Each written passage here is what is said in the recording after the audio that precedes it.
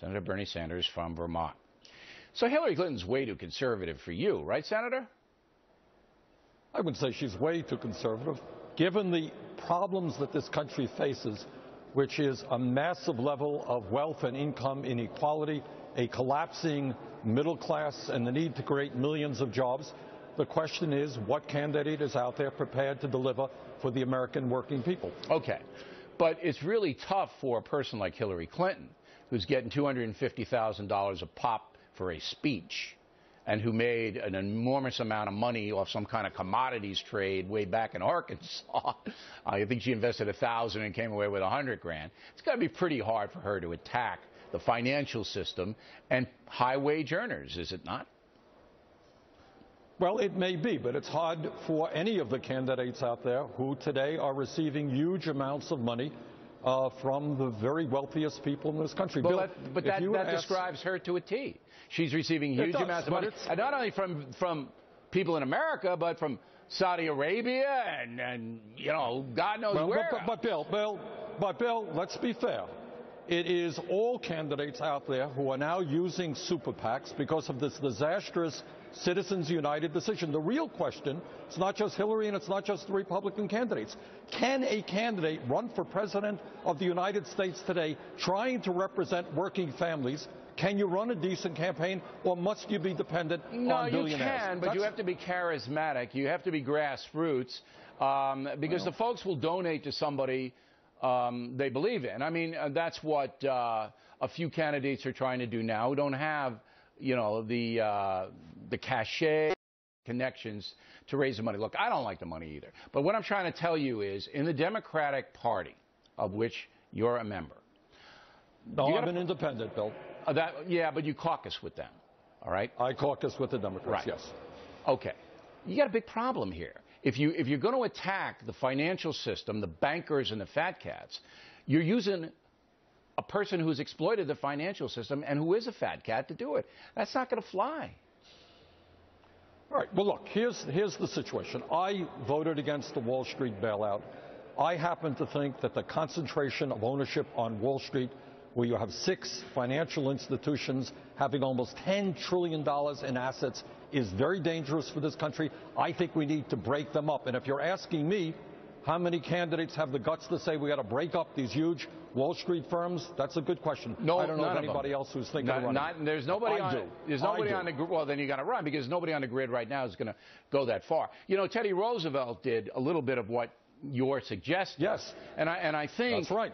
If you would present it in a way that it isn't the government running the economy, that you might get a hearing on it. But unfortunately, you know, socialists, and you're one of those, want the government to run the economy. I'm a democratic socialist. Yeah. And socialists want the government to run the economy. One second. All right. First of all, let me agree with you and then disagree with you. If Teddy Roosevelt were alive today, Roosevelt, a good Republican, he would break up these huge financial institutions on Wall Street and a lot of other industries as well, because we have a huge concentration of ownership in this country that is very dangerous.